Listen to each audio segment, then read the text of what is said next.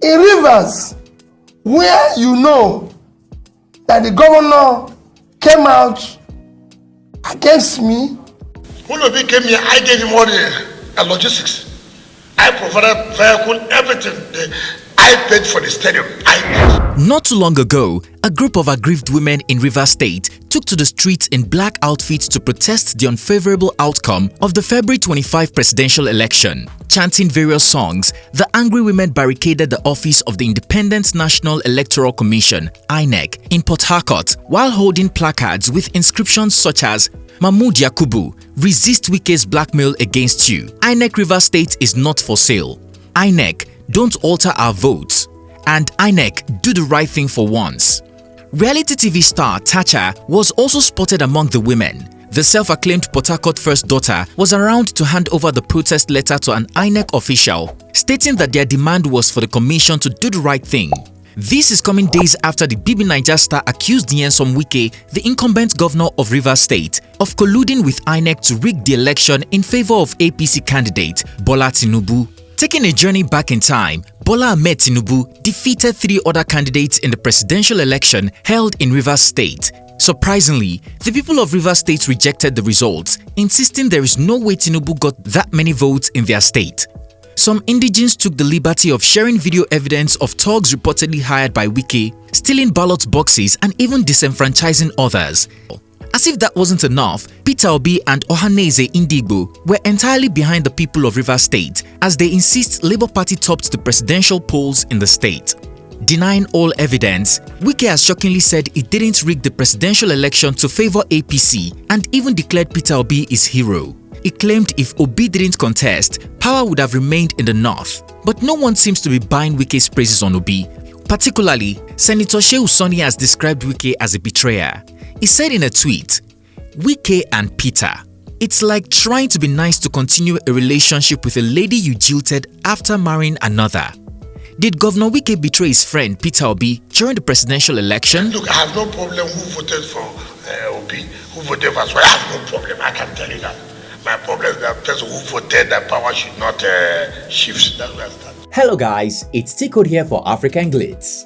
Former governor of Anambra State, Obi, and the incumbent governor of Rivers State, Nyesom Wike, may be from different eastern states. However, both have 2 things in common. They are both stubborn politicians who will stand firmly on whatever they believe in. Unsurprisingly, these would become the building blocks of their friendship many years ago, inviting each other to their most important events, commissioning projects, and supporting one another during elections. Hence, it's also no surprise that when Obi felt he might have problems garnering votes in the Niger Delta region for the 2023 presidential election, he went to seek an alliance with his longtime friend and brother, Governor Nyesom Wike. Back in May 2022, before the primary election for the presidential ticket under the PDP, Obi resigned his party membership and decamped to Labour Party, complained of massive bribing of delegates and vote buying at the party's presidential primary, alleging there was a clique collaborating against him in the PDP. Governor Wike, on the other hand, stayed in PDP and went to contest the primaries, which he lost to Atiku Abubakar. Sources claimed party members did not see Wike as presidential material and strongly believed he would totally run amok as president. Consequently, Wike swore to work against Atiku's campaign and presidential ambition, and his friend Obi saw it as an opportunity for an alliance. In July 2022, the former governor of Anambra State visited his friend Wike and had a closed-door meeting with him. Later opening up, the 61-year-old businessman said he only went to seek support for the 2023 election. He said, "I didn't go to see Wike for another gang-up or anything. Notwithstanding anything, I and Wike have been very close and very cordial. Everything, I have invited him. Don't forget that earlier this year, I went to commission things for him. We are friends. He's one of those who even supported me when I was governor. He gave me the Ministry of Education. When he was there when I had issues with teachers, he came and supported me with the UBEC money and everything." Despite their long friendship, Obi went on his knees to beg Wike for support, promising to make Rivers State better when he emerged as president. "Remember this agreement today. I am kneeling down and begging. Take this one. Give me this one. I assure you the one I will take, I will use it to ensure that Rivers State becomes greater and better," he added.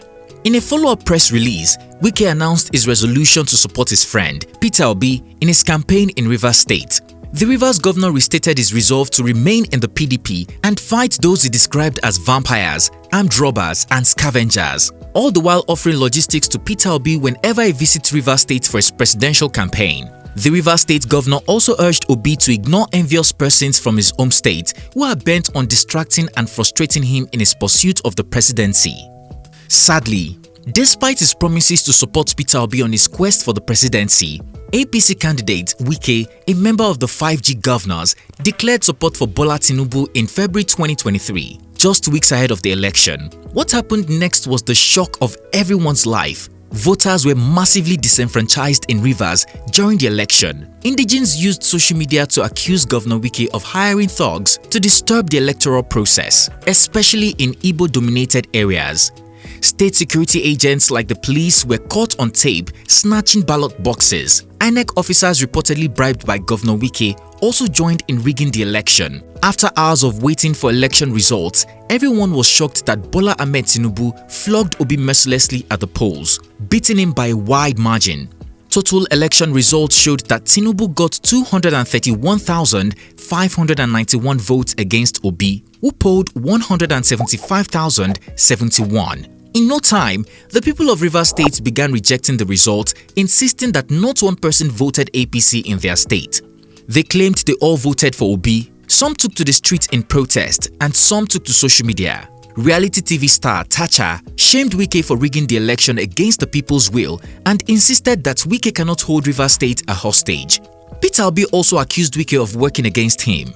During an interview, Obi claimed he won Rivers State by 50% of the votes cast at least. He said, In Rivers, where you know that the governor came out against me, is everything, I still, if the real vote of Rivers were counted, Ruben I won. I have over 50-something% of the vote. The other two parties were sharing the order. Sadly, the former governor of Anambra State is not holding it against Wike but against INEC. What I've seen probably is what I consider the worst election in our recent history, because the Electoral Law Act of 2022, which gave so much hope, and the huge expenditure we put into technology. Do you know what it means to spend over $1 billion? So, there was so much that was promised, and then we went back to what it used to be. For me, that is very devastating, he said. Political heavyweights like Atiku Abubakar are not left out, accusing Wike of working against his friend from the get-go. Atiku, who spoke through Prank Saibu, his special assistant on public communications in Abuja, said even Peter Obi left due to the constant insults from Wike, who battled him over the structure of the PDP in Anambra State. In his most recent act of desperation, he deceived 4 of his colleague governors to reject the PDP, thereby pushing them into political suicide. Governor Wike's claim that he opposed Atiku for the sake of fairness is like a prostitute claiming to be in business to feed the poor. Also, Ohaneze Ndigbo has questioned Wike for working against his fellow Igbo man in the election, which may benefit him in the future. Defending himself, the Rivers governor claimed that what is circulating on social media is the handwork of the Wike adversaries. According to him, the supposed audio of Governor Wike caught on tape arranging bribes for INEC officials was published by an online medium and has been on YouTube since December 16, 2016. He explained that some mischief makers were using doctored and false audio and visual materials on the internet to dent his image. However, Wike revealed that all his decisions concerning the 2023 presidential elections were based on his personal convictions and queried if Ohaneze Ndigbo ever requested him to support Peter Obi. He added that he is a man with the courage of his convictions and that he neither has reasons to tell lies nor to owe an apology to anyone. Wike stressed that he did not rig the presidential election against Peter Obi and is ready to defend his actions any day, anytime. I supported that power must come to the south. When Obi came here, I gave him all the logistics, vehicles, and paid for the stadium. But some other persons applied and I refused. You should know me too well by now, he said. Explaining how Obi left the PDP for the Labour Party, he said, Obi was running with us. I knew when Obi left, he was principled and he said he couldn't stand it. People should tell the truth. He went to see Sule Lamido in Jigawa, not in Dutse.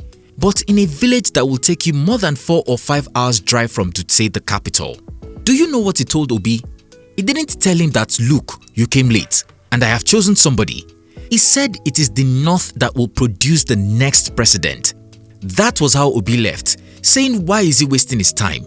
Ask him. That's how he left PDP, and that was what I saw at the convention ground.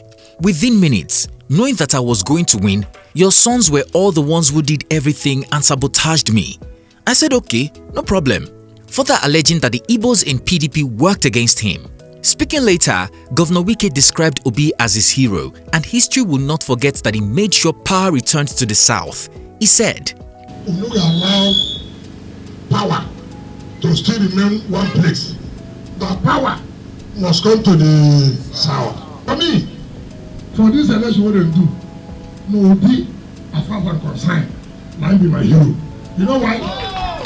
The whole of South-South and Southeast that PDP lost would have been won by Obi if not contest.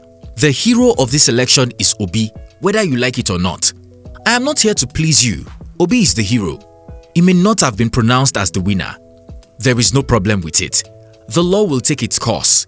If Obi did not run this election, power would have remained in the North. Whether he is declared a winner now or not, history will be on his side that he fought and fought well. Did Governor Wike truly betray his longtime friend, or is he just trying to sugarcoat betraying Peter Obi? That remains debatable. Responding, fans said Obi would use a smile to pull Wike down. So tell us guys, do you still believe Wike really worked against his friend Peter Obi despite promising to support his presidential ambition? Would you say he rigged the election in Rivers State? Could Wike declaring Peter Obi as his hero after the election be a strategy to sugarcoat what he did? Lastly, do you agree Obi will use his smile to pull down Wike eventually, as fans speculate? Share your opinion in the comment section down below. If you found this video informative, please comment, like and share. Also, don't forget to hit the subscribe button to be notified every time I upload a new video so that you don't miss out. Thanks for watching and see you on our next one.